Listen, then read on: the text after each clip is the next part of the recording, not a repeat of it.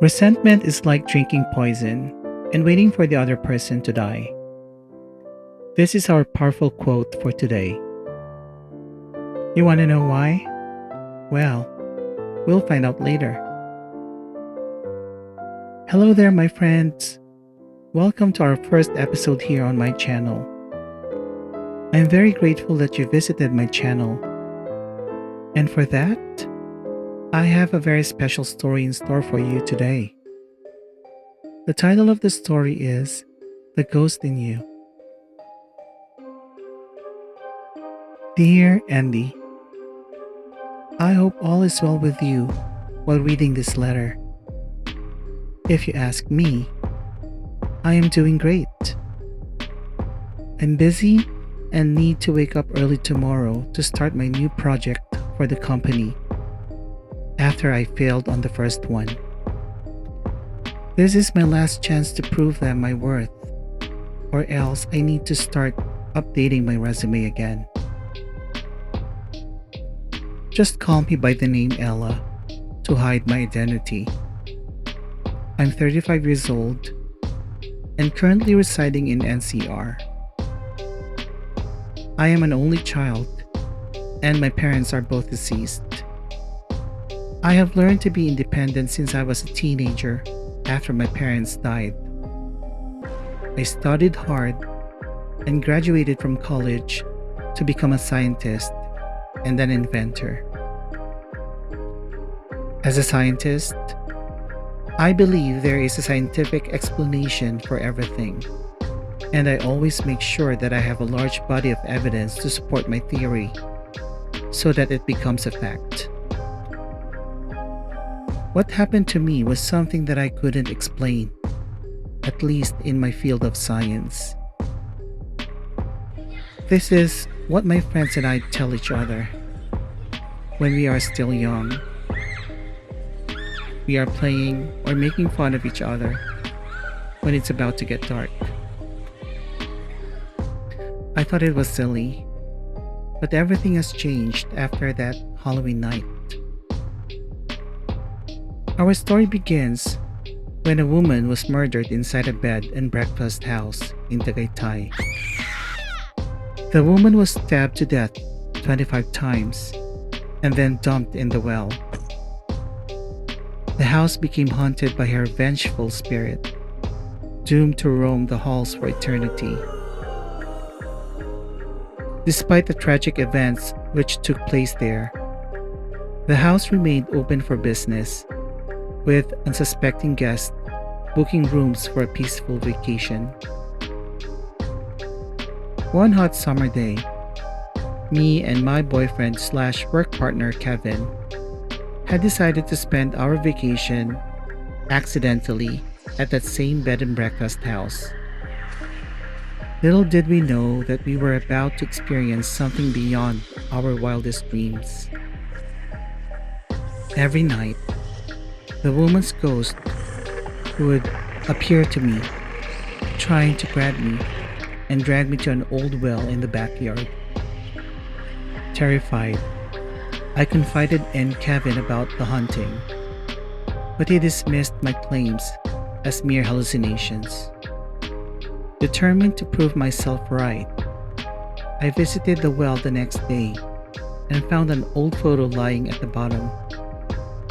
When I picked it up and looked at it, I was shocked to see a picture of me and Kevin wearing Halloween costumes that we had never worn before.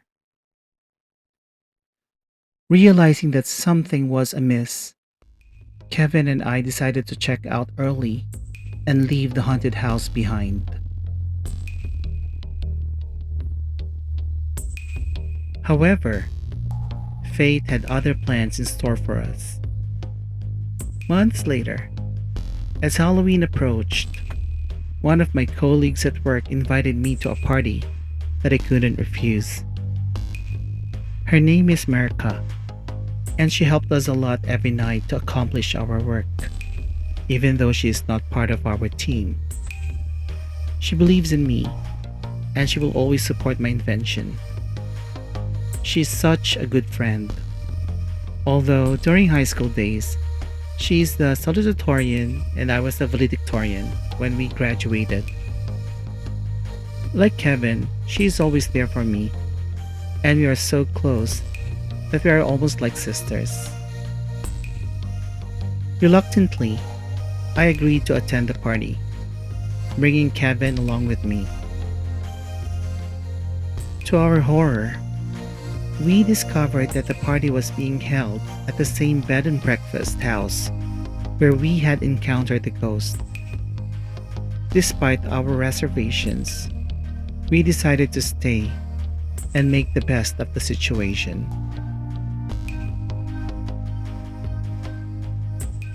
During the party, Kevin got drunk and insisted on leaving early. As we were about to leave, her boyfriend took a photo of us using a Polaroid camera. Kevin was about to puke, so we just took the picture but didn't look at it, fearing that we would mess up the floor.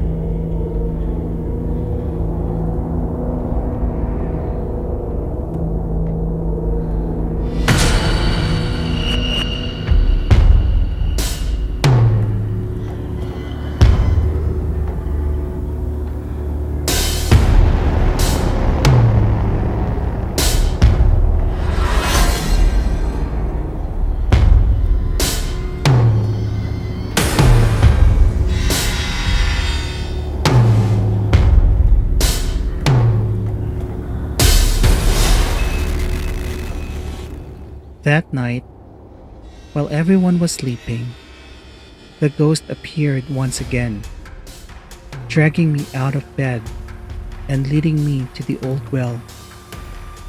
I was shouting, but nobody came to help. Frantic, I searched for Kevin, but found no sign of him. On the other hand, when we reached the living room, I saw the floor full of blood, and I saw Merka's boyfriend dead. I was hysterical, but nobody came out to help, even Merka. I fear that she and Kevin are now dead like her boyfriend. I feel like I'm going crazy. As I reached the well, ready to face my fate, the photo in my pocket flew out and stopped in front of my face. The full moon was shining brightly that night. I looked at the photo that had been taken earlier that night.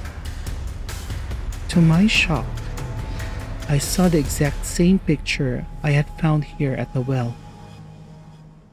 The ghost looked at me and suddenly disappeared. I'm so scared and worried about now Kevin is missing. Suddenly, Kevin emerged from the shadows, revealing his true intentions. He confessed his jealousy and hatred towards me, admitting that he couldn't stand seeing me get all the credits for our shared invention. As Kevin launched towards me with a knife, the ghost reappeared, scaring him and causing him to fall into the well. The ghost then revealed her true identity. She was me, trapped in a cycle of revenge and seeking a way to save her past self. The photo we saw on the first day was not an old photo at all. It was the same photo, but taken from the future. She uses a time machine that Kevin and I created with the help of Merka to get back to the present. My future self is now a time traveler and has saved me from the certain death. Merka showed up weak She cried and fell down on her knees the moment that she saw me. With a smile, my ghost vanished, leaving me and Mirka alone and bewildered. I couldn't believe what I had just witnessed.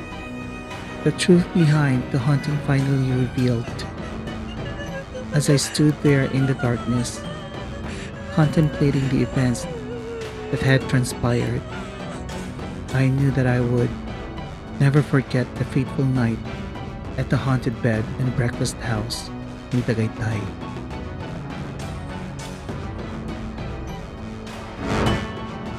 Mirka resigned from work and went to her province to stay permanently there with her parents. As for the time machine, it was destroyed when I returned to the lab the next day after the tragedy. I don't know what happened, but I know my ghost got something to do with it. The company found out what happened that night, and they gave me another chance to continue my invention.